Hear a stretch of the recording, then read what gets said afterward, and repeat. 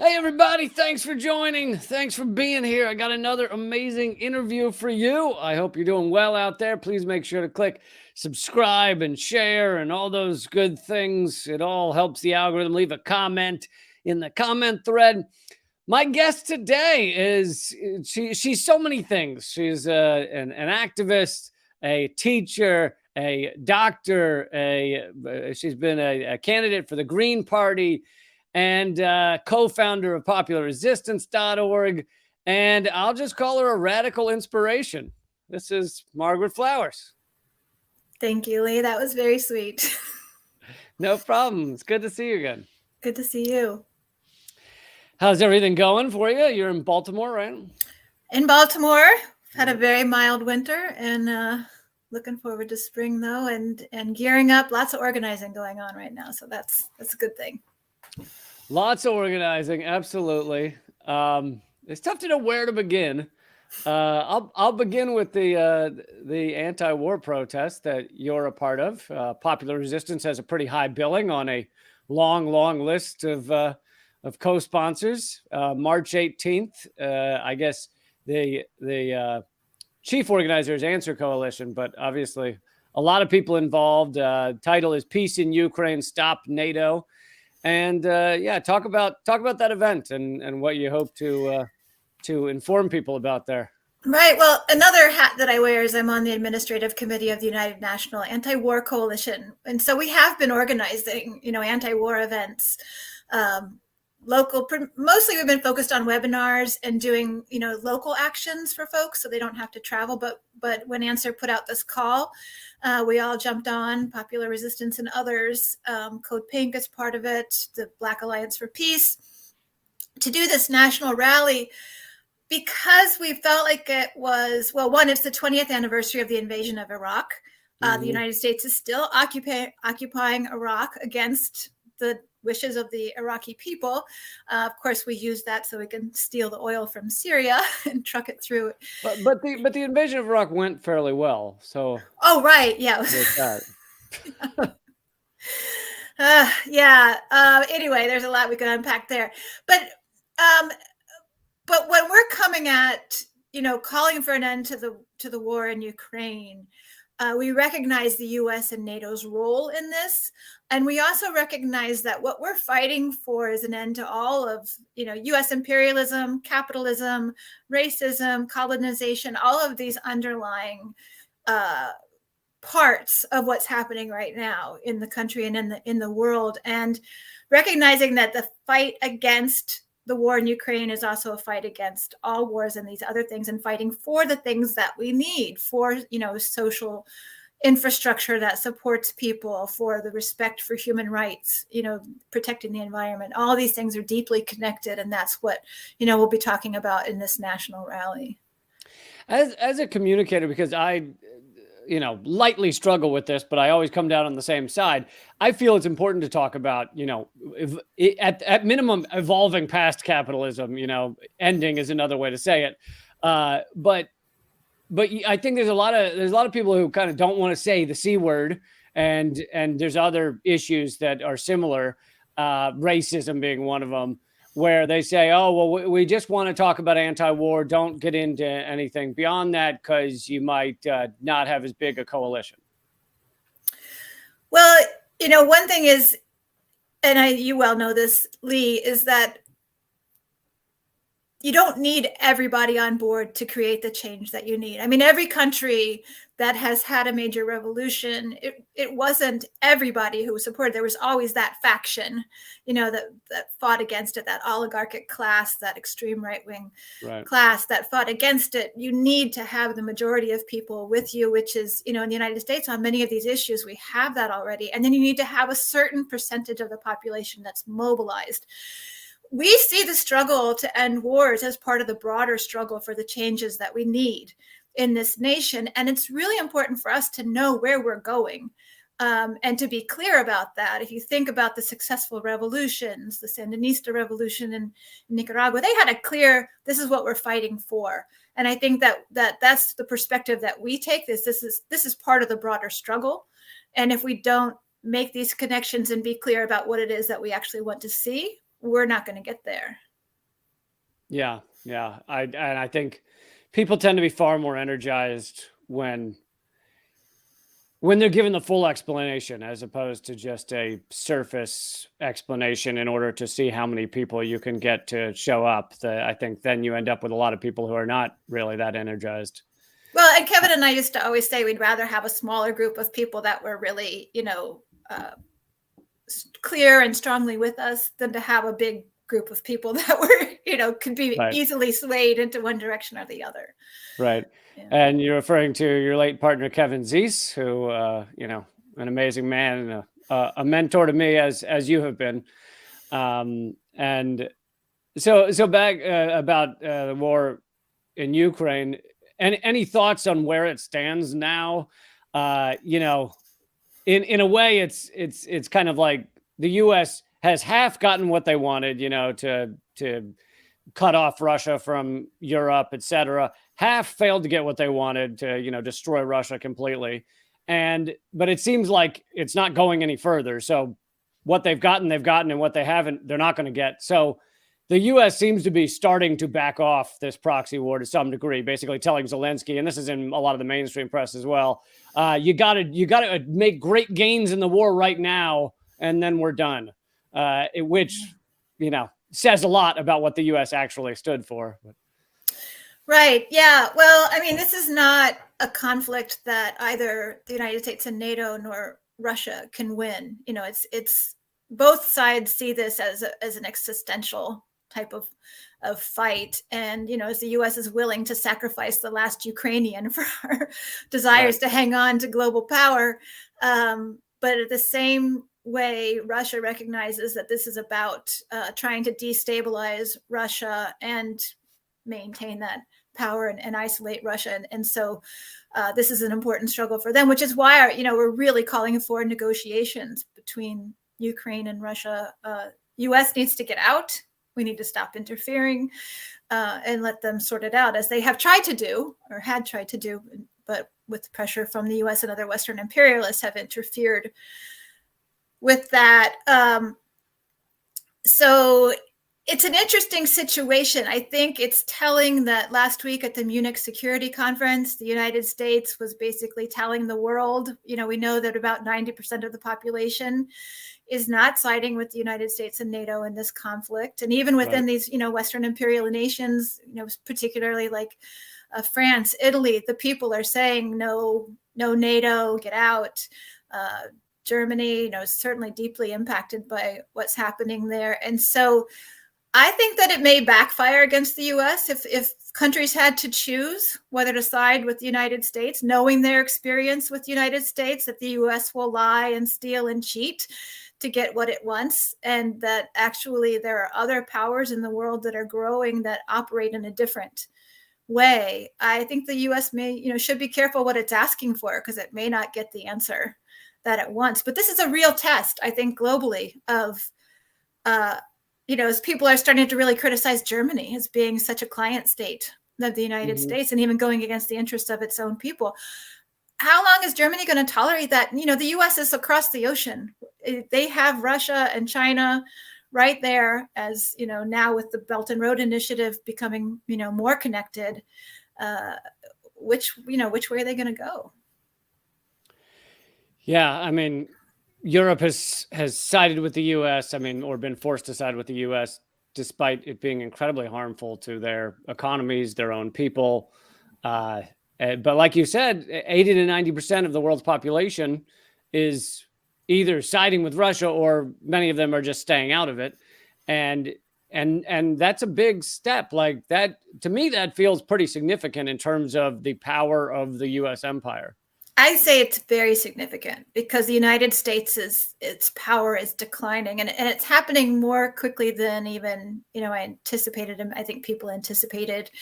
And the actions of the U.S. are driving a lot of it and pushing us to be, it was kind of like the elephant in the room, but now it's been said, where countries are coming out and saying, oh, the US will say one thing and do another. They're not a reliable partner.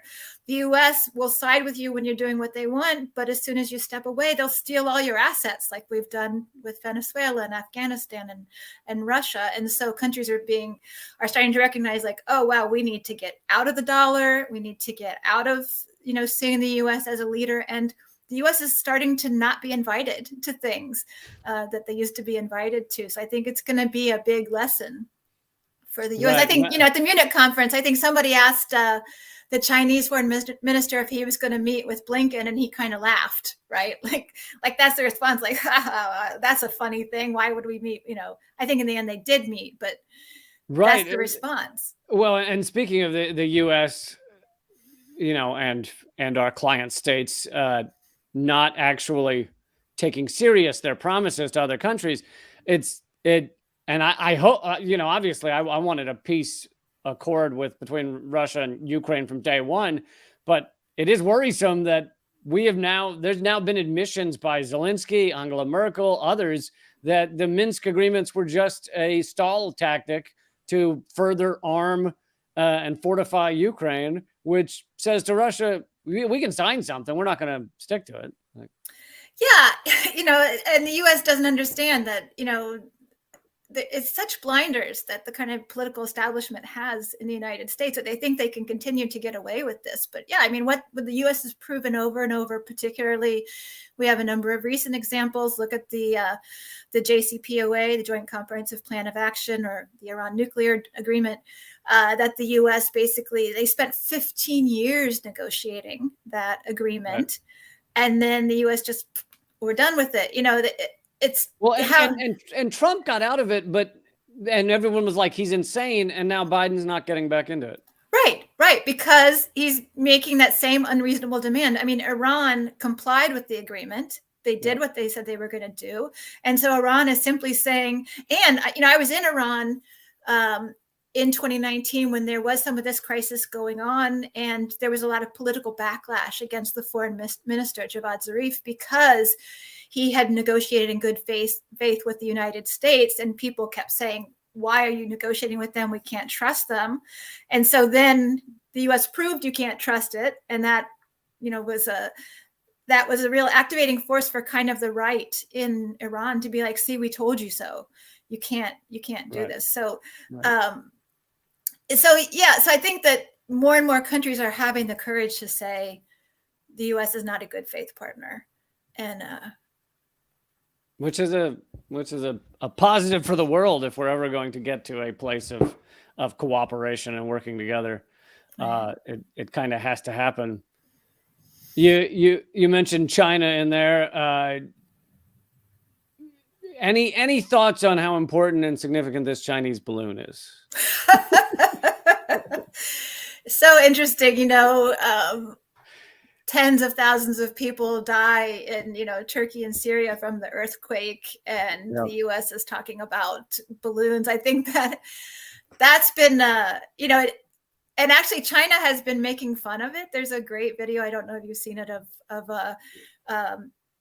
the U.S. going after the Chinese balloon and the balloon evading the Air Force, and so it's again, it has just pointed to the world, the ridiculousness of the U.S., the how many dollars did we spend to send our fighter jets to go after these $12, hobby balloons that people put up into the air? Just it's part of the whole declining empire, and what Alfred McCoy talks about, and how the declining empire just does these ridiculous things to try to hang on to power, and just makes itself more and more expose its weaknesses. Yeah, I'm getting ready to make a video about it, but it feels very similar to the hysteria that we've had in the past in the U.S., such as the Cuban acoustic cricket weapons, right? That were assaulting everyone, and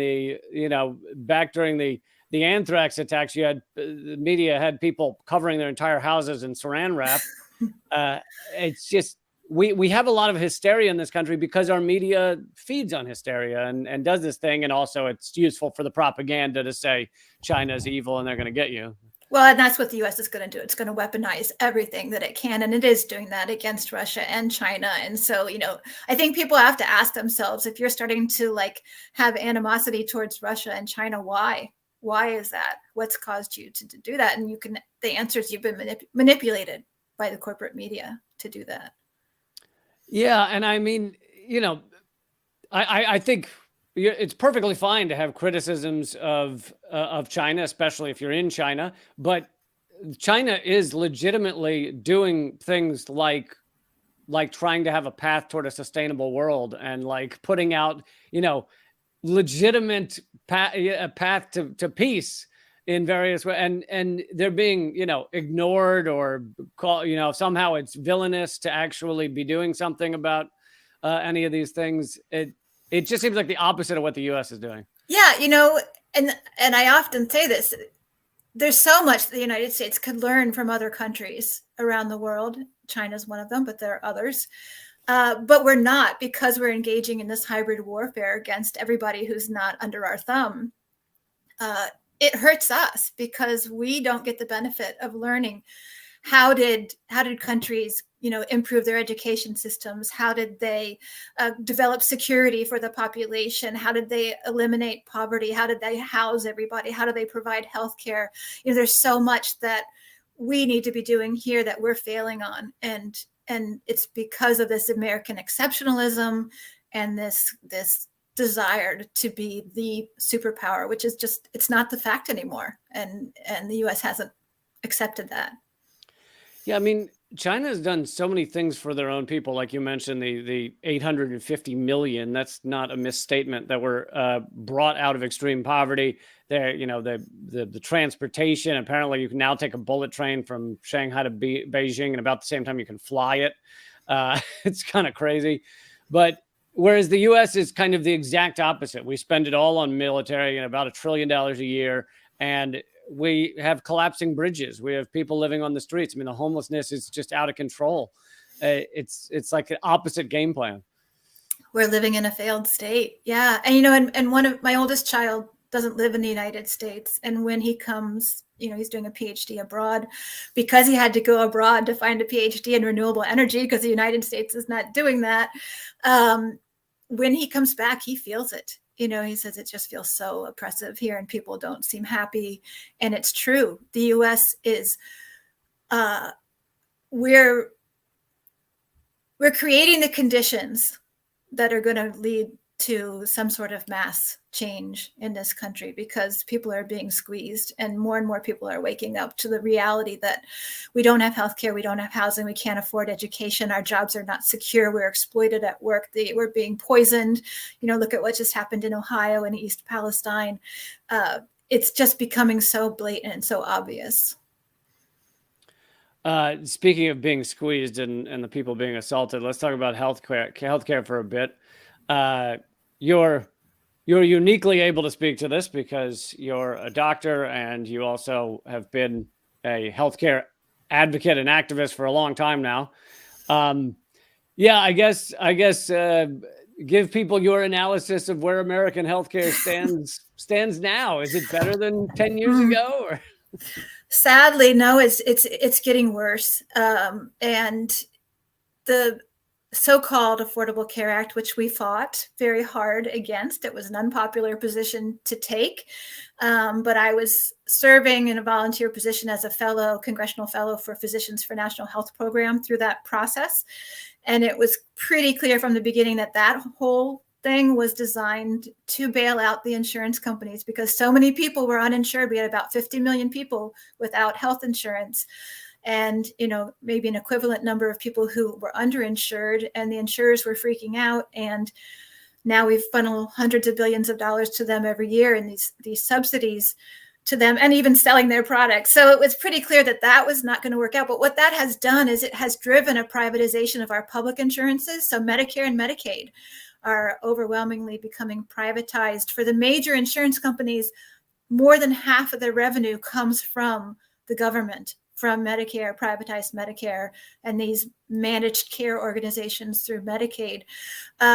And we're seeing this whole consolidation of our healthcare system in the hands of private, in private hands and venture capitalists. And it's what we call vertical integration, where they own everything. They own the insurance and the hospital and the physician practices and the laboratories and the pharmaceuticals. So they control that whole system, and it's about profit. It's not driven by health in any means or way. And so it's making it untenable for health professionals as well. And I think it's been happening for a long time. I remember touring the country in 2009 with the Mad as Hell doctors, and just being struck by, even in these conservative areas that we went into, we would do these events and we would invite local docs, and some of them would just break down and be like, things have changed over my lifetime as a physician. This is what I've experienced, and it tears them down. And so, and now we're getting ready. Biden's ending the public health emergency in May, which means that about 15 million people who've had their Medicaid protected, have been unable to maintain their Medicaid, will lose it. And people will now have to start paying for COVID treatments and tests and vaccines, and and all these things are being pushed into the private sector again. So it's a bad situation here, unfortunately. And unfortunately, we don't have a really good leader in Congress who's been championing this in any meaningful way. And so the fight for the health reformers here in the US right now has been just trying to defend Medicare because it's being completely privatized and undermined through a program called ACO REACH that basically people are not even aware that they're getting put into this program. It's out of their control because it's the providers that are becoming part of this program, this privatized program. And then suddenly every Medicare patient that they have is suddenly in this privatized program without choosing that. Wow. I've never even heard of this. Yeah. And we can't, even really get a good effort behind that to stop that program. It was something that was started, it came out of the Affordable Care Act. They created the Center for Innovation in Medicare, which was just, in reality, it was a way to find out how we could privatize Medicare. Trump upped the ante with this program called REACH. And then there was pushback against Biden, and Biden's HHS just decided to rename it and continue it anyway. So, nice. Yeah. So it's one of the main areas, and I think that what the pandemic really exposed was what happens to a country when you don't have some sort of central organization, what happens when you don't have planning or a strong public health infrastructure, and the racial disparities in our country were really highlighted by the COVID-19 pandemic, which is actually still happening, even though people are ignoring it. It's still an issue, and I mean it the way our healthcare system destroys lives is unbelievable. And like, I was looking into healthcare for when I moved for me and my family, and there was one company that was available apparently in the entire area, and it was like the cheapest, because I'm not with a company or anything, I'm a self-employed. The cheapest version was $1,700 a month. Wow. And it's like that's a rent for an apartment. Like, it's and even with that, Lee, you still probably have to pay out of pocket a certain amount before that even kicks in. And then the insurance company has the ability to deny your claim, even, well, it's funny that the death panel thing was the promotion against having healthcare in this country. And it's like, we have death panels right now. We have insurance companies decide whether you're going to live or die, and of course try their best to make sure they don't approve anything. Yeah. And even in Maryland, we tried to regulate the insurance companies, and there was an audit done as part of that, and they found that our major insurer, and what you find is they have a monopoly. They've kind of carved up the country. So in most places, people don't have a lot of choice of what insurance they can choose.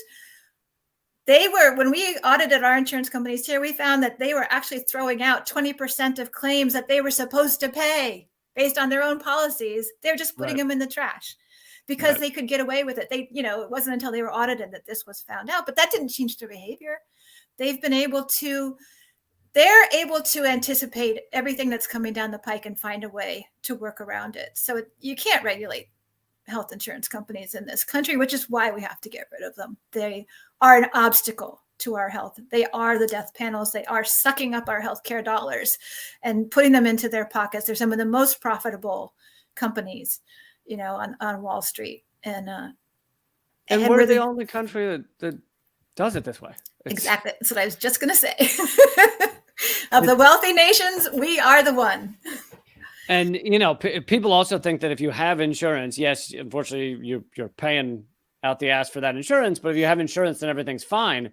But that's not even the case. What was the study showed that 50% of everybody who gets a cancer diagnosis, if they get through it, will lose their life savings, even if they have insurance. And people make that decision when they get cancer of whether to get therapy or whether to make sure that they leave a house behind to their family or their children are able to go to college. You know, they're looking at medical or just bankruptcy, personal bankruptcy in the United States.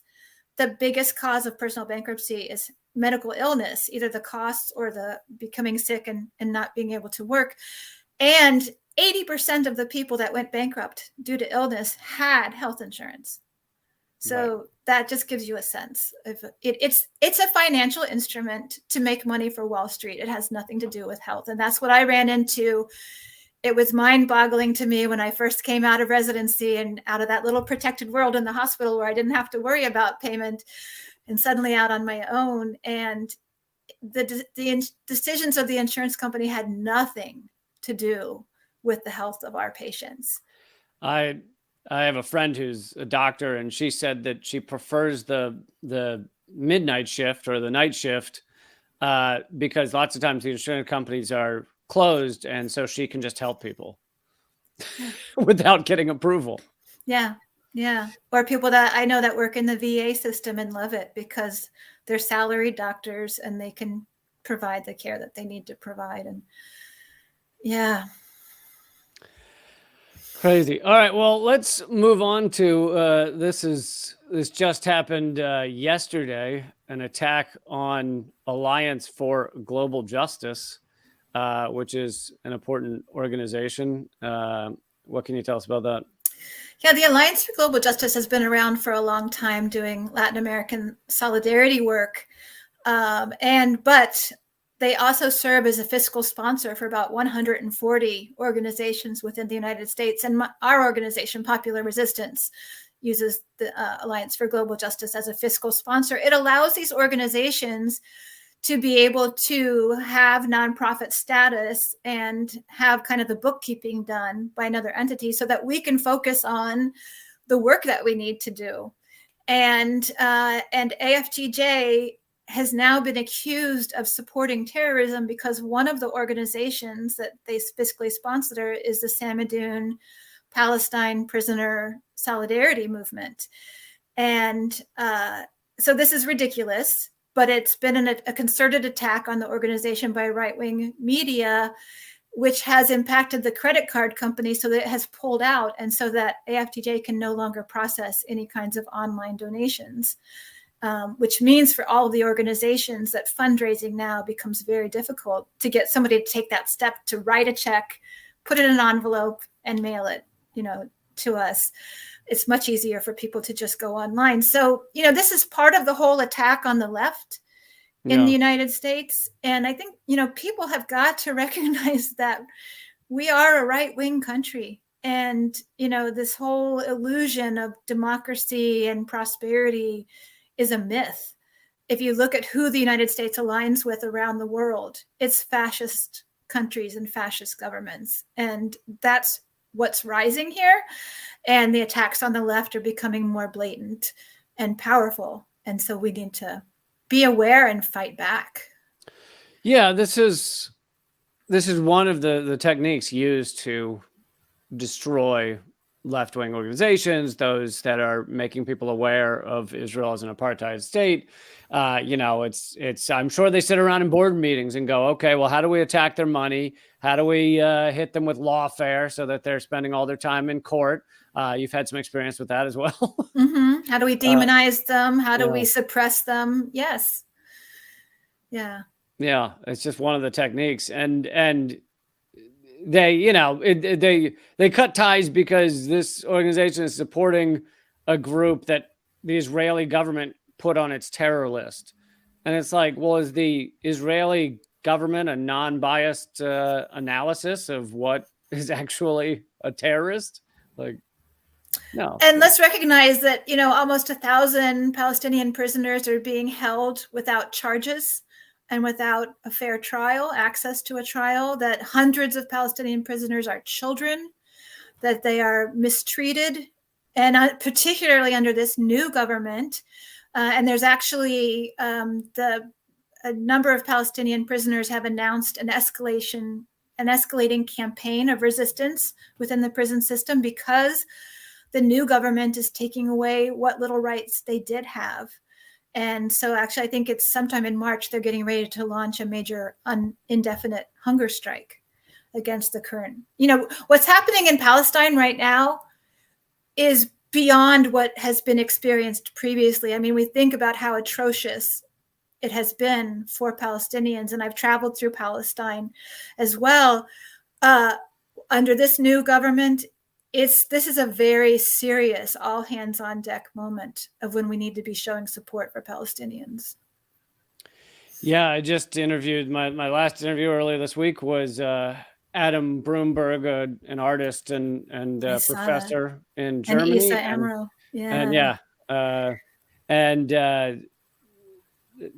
Their descriptions of what it's like to live daily in Palestine is just horrific. I mean, the destruction of the lives, the destruction of their ability to make a living, the olive tree groves. It's just every angle. They're under assault at every angle.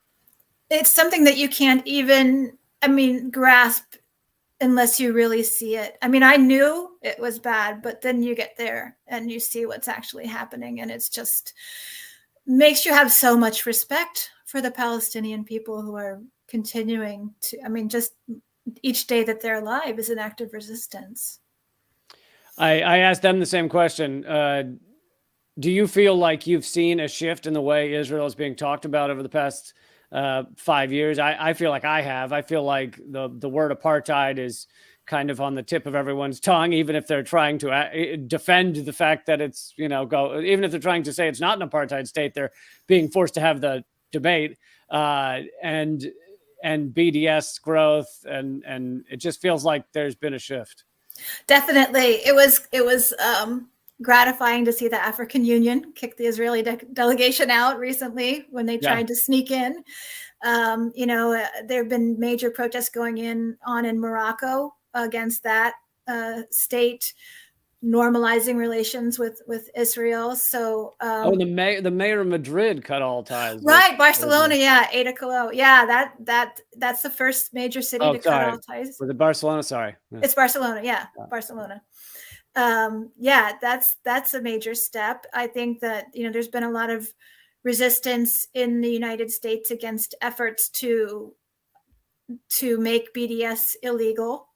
To change the definition of anti-Semitism, so things are definitely changing. And yes, indigenous people around the world are also under assault. I see the comment from someone. So things are definitely shifting, but they need to. This is a very serious moment where I worry about. We've seen an increase in the murders of Palestinians. We've seen an empowerment of settlers to attack with impunity Palestinians. Right. This is serious. Right. So much of the news I get about Palestine or about indigenous that we just mentioned, or about Venezuela or South America and Latin America. So much of it comes from popularresistance.org. This amazing news source that you and Kevin created and you continue to run. And if you could talk a little about running Popular Resistance and about kind of media literacy in our day, this time now where even if not everyone believes the whole CNN, anything we don't say is fake news aspect, I think a lot of people are just so flooded with information that they need to be educated on what to accept as fact. Yeah. Well, I tell people, whatever you read in the corporate media, you need to be questioning it. Popular Resistance, which we launched 10 years ago, June of 2013. Oh, no. Uh-oh. Wait, your audio is back, I think. It looked like I've got good signal. You're coming back. You're back. Okay, Yeah. sorry. It looks good on my end, but then I do live in the United States where internet municipal broadband, another fight. And that was another fight we fought, net neutrality and for municipal. Yep. Well, anyway, I think sorry to go off on a tangent. Am I wrong in thinking that you and Kevin near single-handedly got people net neutrality for 2 extra years? It was definitely not single-handedly. We were. I know. But it was a great coalition effort, and that was an amazing, instructive moment of how to win a campaign, because the organizations that we were working with didn't think that we could win, and I think they learned that we could. Yeah. If you do certain things. But anyway, PopRes, so yeah, I was just saying that it came out of the Occupy movement, but it was a period of like 9 months of meeting with folks and strategizing and trying to figure out what was needed to take the next steps. And information, having access to accurate information was important. Making people aware of ways that people were creating alternative systems. And then we've also organized, a number of campaigns like the net neutrality one, fighting against the Trans-Pacific Partnership, right, those kinds of things. So I'm glad you appreciate it. what I work really hard to, or what we work really hard to do at Popular Resistance, is to look at what is being said right now about certain issues and try to provide people with factual information. We publish a lot of reports that people do. We access a lot of people who are experts in their field who don't get airtime in the corporate media, to give their perspective and information about what's happening, so that people can see, they're saying this, but this side's saying this. What's actually going on? When you're searching for stories and finding news for it, what are you looking for? And do you have outlets I feel like I have outlets I highly respect on like 80% of things, but then I know what their 20% weakness is, so I know what to avoid. Oh, you froze again.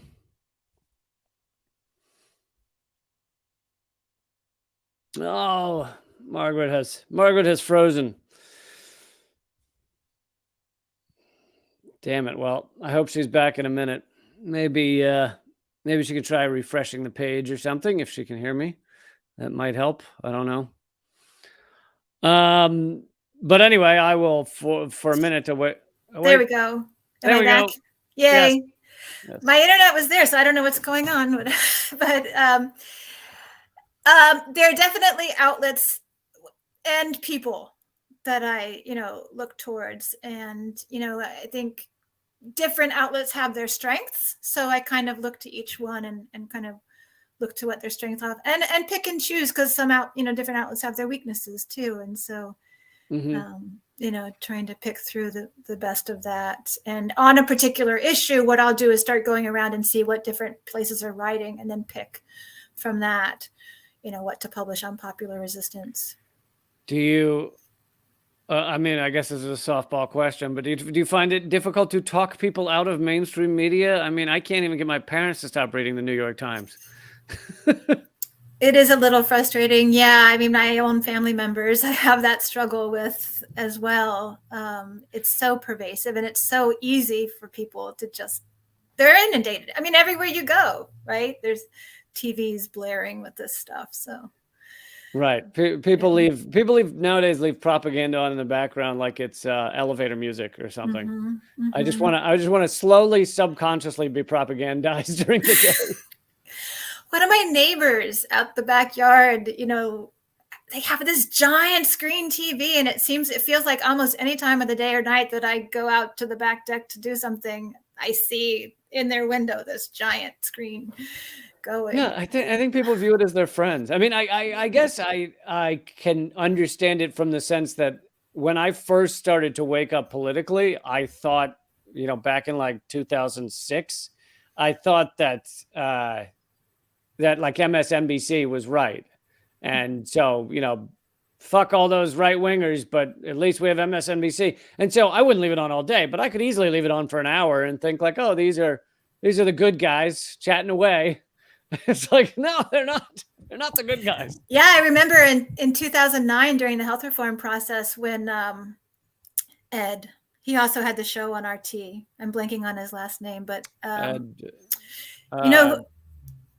big guy. Ed Schultz.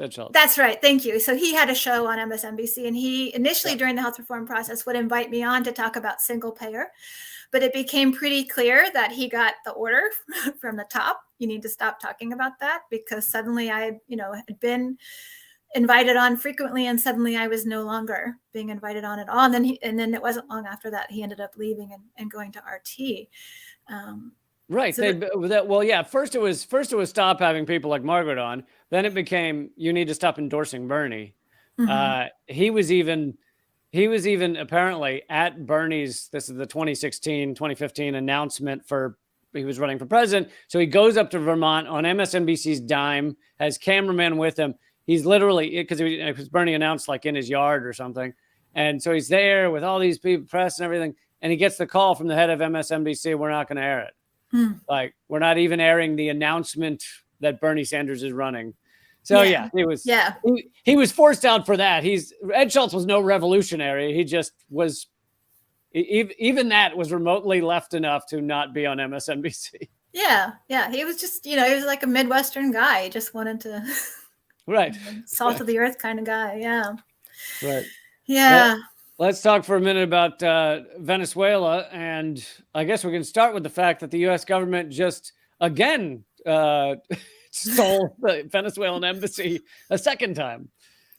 Yeah, that's been so interesting. So folks are aware that in 2019, the U.S. attempted a coup in Venezuela and failed, but pretended like they didn't and recognized this joker, Juan Guaido, who even I've met with opposition leaders in Venezuela say that he wouldn't exist without Washington, and they don't recognize him as, representing them. He was calling for military attacks on the country and sanctioning the country, something that's not a very popular thing. Right. Calling for military. Imagine someone who says, I'm the president of America, of the United States, and I'm calling on Russia to strike the United States. Like, yeah.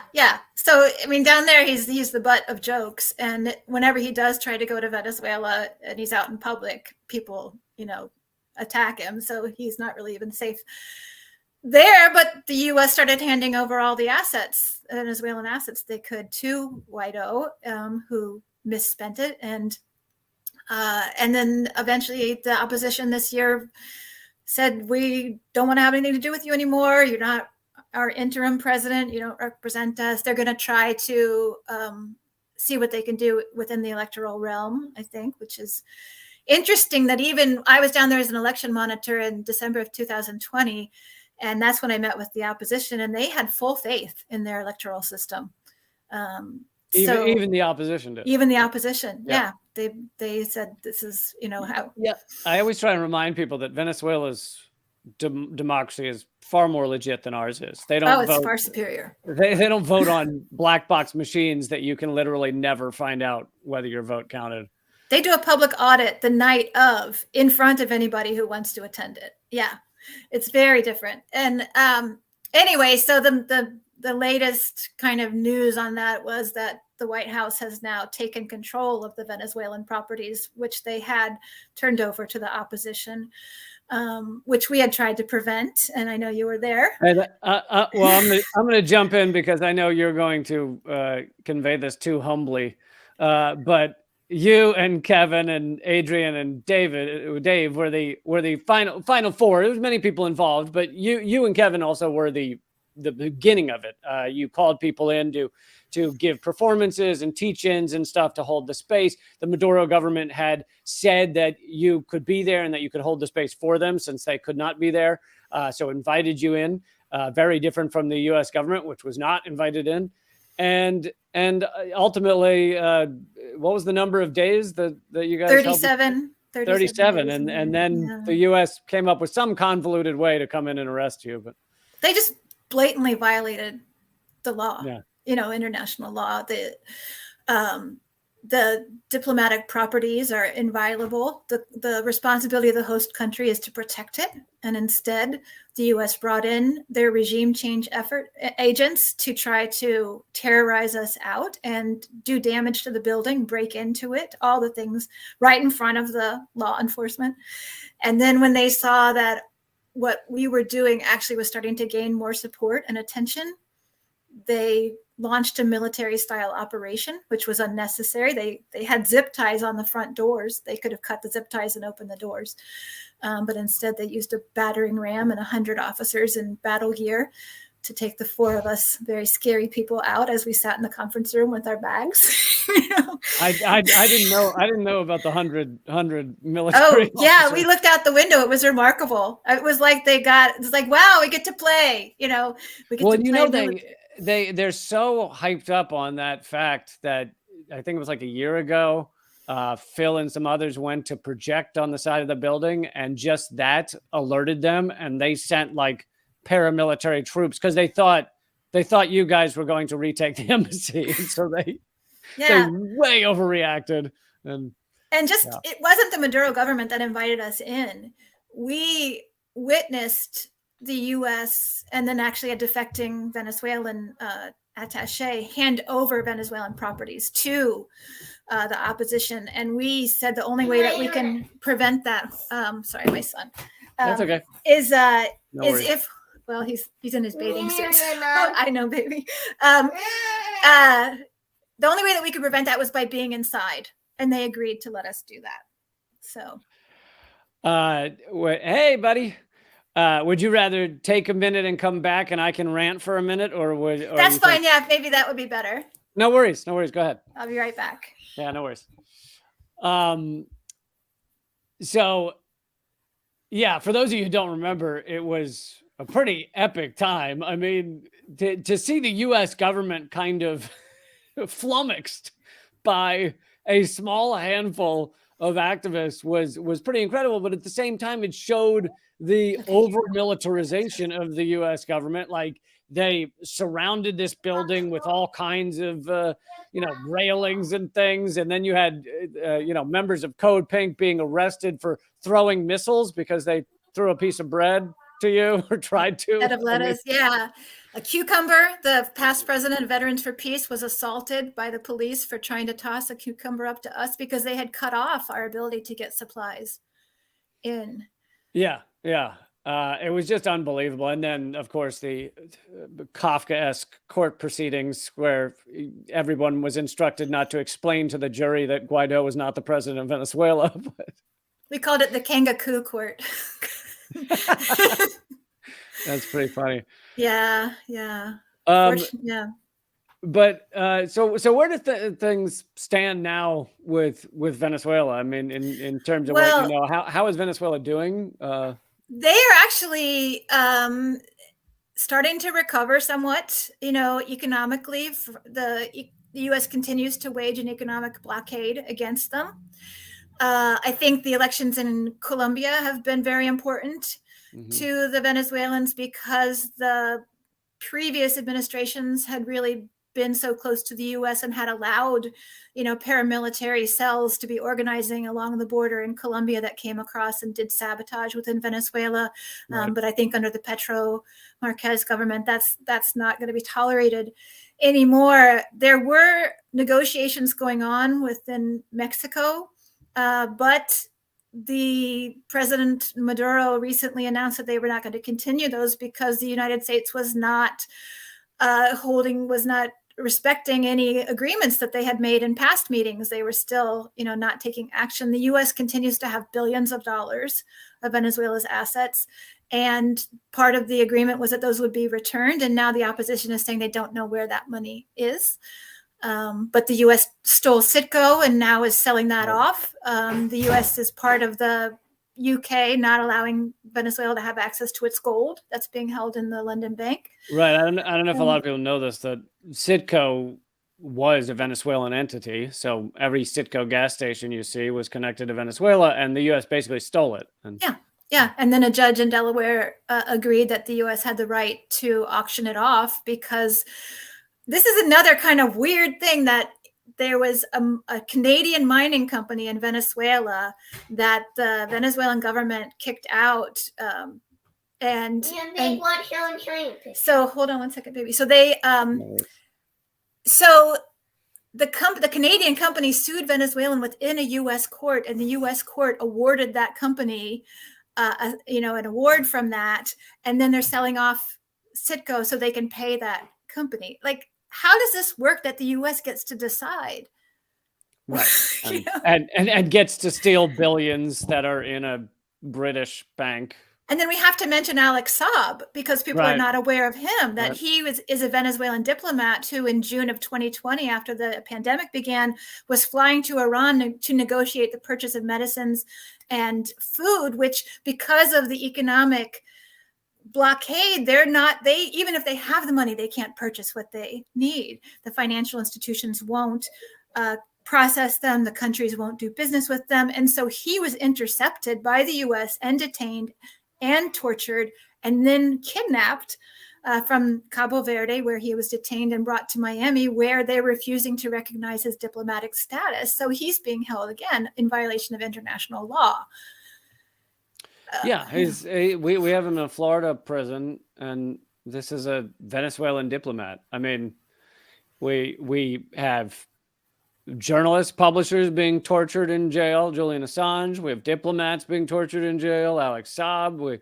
The U.S. is not for any of the things that we claim to be for.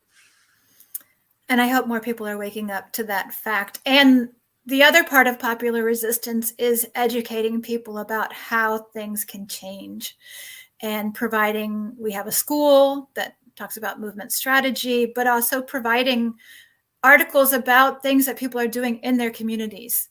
And so, if you go to the create section of the website, you'll find alternative ways that people are organizing their communities. And that's part of the struggle. It's opposing the things that need to be opposed, fighting against those, but also creating the alternatives that we want to grow up. That's another great thing that popular resistance has that is very difficult to find other places, is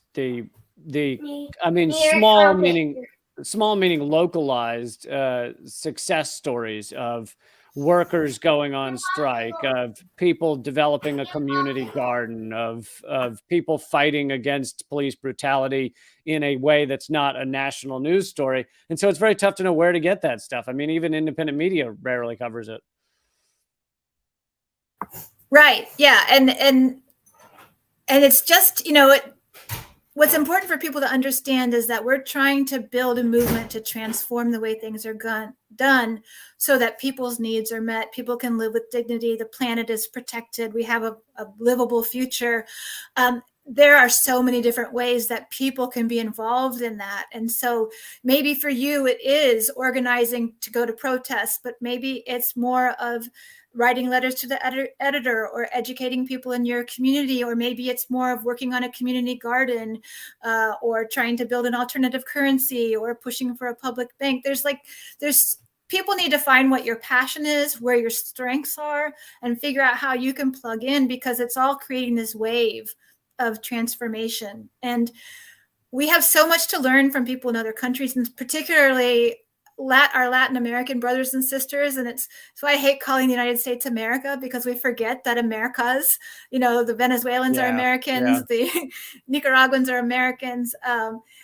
And we have so much to learn from them, because they have fought against U.S. imperialism. And, when I was in Nicaragua and meeting with the members of the rural, workers movement, the ATC, as well as the Sandinistas, they talked about something, revolutionary discipline. It's something that we need more of here in the United States, is having that political clarity. People get fooled so easily in the US. Once you understand the tactics, and that's why the school is important. Once you understand how the opposition works, how the power structure works, what tactics they use, you can recognize it when you see it happening. And that can lead you to question. When I saw the protests in Iran around the hijab, around the death of the woman there, I immediately started questioning, okay, what's actually going on here? I need to go to my sources in Iran and talk to them. And, because we know the USAID and how it operates, and we also know how the US operates cells along the border of Iran, and they can send provocateurs in, which is what we immediately saw those protests move towards anti-government violent protests. And those are provocateurs that have come in to do that. So once you start to recognize it, then you can see it, or at least question what you're seeing. Yeah. All great points. And you answered one of my final questions without me even asking it, which is what, you've been involved in so many aspects of creating change, frontline activism, media, electoral efforts, online activism, organizing, teaching. And so I was going to ask you what you feel is most effective, but I think your answer is that they all play their role.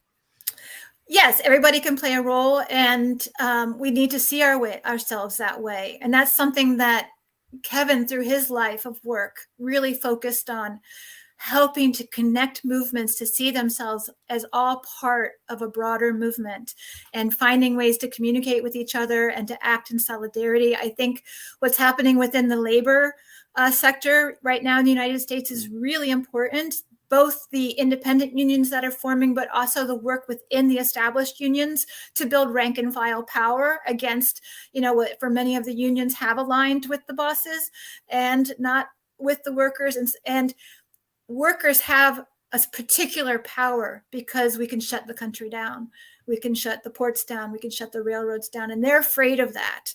And that we're seeing in the United Kingdom, massive strikes going on, national strikes, major sectors coming together, education, healthcare, transportation, coming together to demand an end to the austerity, an end to the support for these wars. And that's what we need to be seeing here in the United States. But I think, it's building, and everybody talk about it, read about it, spread the word, because we do have the power. We can change things. And it's amazing how a small group of people, and I've seen this happen, can have a tremendous impact, on what's going on. They can end a Trans-Pacific Partnership. Right. Margaret, thank you so much. I really appreciate everything you do. Everyone should definitely check out and subscribe at popularresistance.org. Also, the protest march is March 18th. And what else should I tell folks? Yeah, I think that's a big thing. Buses are being organized up and down the East Coast to come into Washington, D.C. on the 18th. If you're not in the proximity of Washington, D.C., you can organize a local action that weekend. It's going to be a whole weekend of activities. And, just continuing to build. There is an anti-war movement in the United States. There's been a lot of confusion and works to undermine that movement in the US, but we really need to overcome those obstacles. And I think this March 18th action is major organizations coming together to work together to stop the war. And this is, we'll continue to do that and to build that. So I hope folks will turn out on March 18th. Thanks again, Margaret. I will see you soon, I hope. Yep. Thank you, Lee. All right, everybody. There's Margaret Flowers. I hope you enjoyed that. An amazing human being doing amazing work. And so definitely, set popularresistance.org is one of your main news tabs that you can check every day. Folks, our stuff is, and I see the links are in the chat there if you want to grab them from there as well. Our stuff is completely independent. This is a Mint Press project, but we are independently funded by you guys. So please join up at patreon.com/behind the headlines. You will instantly get some perks, such as my blooper reel of me fucking up many times while taping Most Censored News. And I think there might be some merch and stuff. So yeah, check out patreon.com/behind the headlines. Also, I do 2 of these interviews and a new Most Censored News every week. I'd love for you to check out. I'm going to go grab the link real quick. I'd love for you to check out the latest Most Censored News because it is it's about how we can get rid of 99% of police and still have a excellent and functioning society. In fact, a better functioning society. So that YouTube link is right there if you want to check out the latest episode of Most Censored News. But I have 2 of these interviews a week. Next week, I will only have 1 because I am moving and I'm a little too busy for the 2 interviews. But I will be doing 1 next week with, we mentioned him in this interview, Gary Condon, the co-founder of Veterans for Peace. I'll be talking to him next week. I also will have another episode of Most Censored News. So click subscribe, click the notify option, and I will see you then. Keep fighting.